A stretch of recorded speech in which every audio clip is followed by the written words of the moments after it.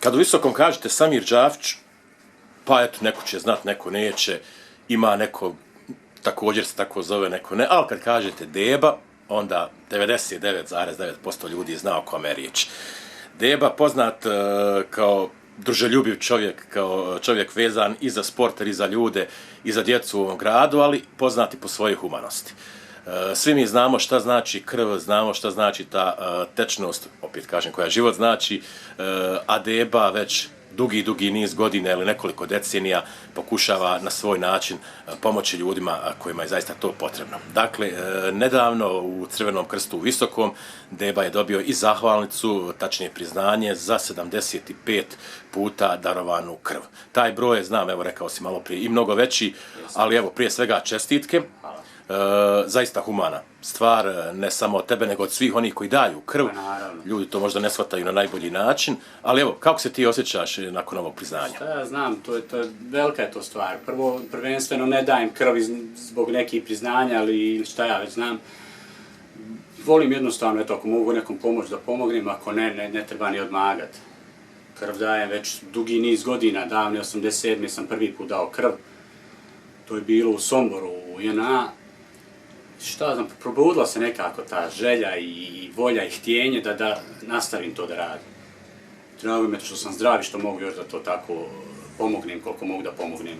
Da, evo, kažeš, 87. godine prošlog vijeka. Jest, prošlog vijeka. Dao si prvi put krv u vojsci. Kako je, sjećaš se u stvari kako je to izgledalo? Mnogi imaju u stvari strah da prvi put daju krv. Sjećam se, bilo je, šta znam, u prvi mah su većina vojnika htjeli da daju krv iz razloga i dobiju 2 dana nagradu. Međutim, meni se poklapalo da idem kući za vikend, tako da nisam imao ta 2 dana u svom kontu i sasvim svejedno. Idem da dam krv da vidim kako to izgleda, jednostavno da vidim. Ništa strašno, legnete, ljudi dođu koji su stručni za to, vrlo je profesionalno odrade taj detalj da čovjek i ne osjeti neki 5 do 7, 10 minuta, maksimalno sve je već gotovo i možda se ide kući, to je tako jednostavna stvar i ne znam zašto ljudi izbjegavaju, boje se i nisu nešto voljni da takve stvari rade. Vjerujte da dođeš u situaciju da tebi zatreba.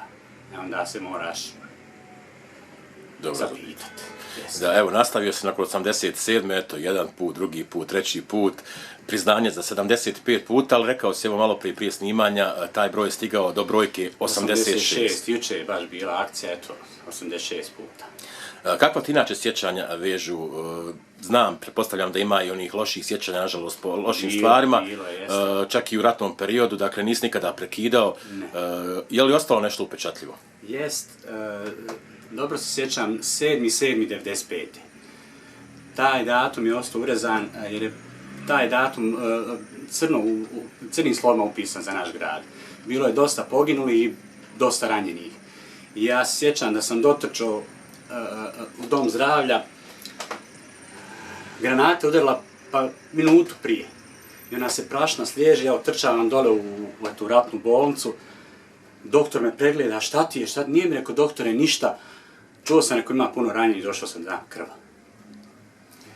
Ti nisi, kaže, normalan, ali baš ti hvala što došao. Tako je to ostalo, šta ja znam, čovjeka budi, malo me emocije pucaju. Tad je bilo zaista grozno. Da, evo, kako sam kažeš, i to zna biti izuzetno emotivno, jer mnogi, nažalost, ne shvataju šta znači dati krv dok mu ta krv ne treba. I zbog svega toga često i ljudi apeluju, Crveni krst naravno i svi ljudi koji znaju, koji razumiju to da je krv zaista potrebna. Dakle, ne mora to biti nekome trenutno, nego uvijek može zatrebati. Uvijek. Toliko je to bitna stvar u životu, a ljudi ne shvataju da može doći, znači, do situaciju da mu rođeno, njemu lično da zatreba. I zato bi ja apelovao na omladinu, najviše na omladinu. Mi stari smo svoje, što se kaže, i odradili, i prošli, i sve, ali omladina trebala se uključi, da se...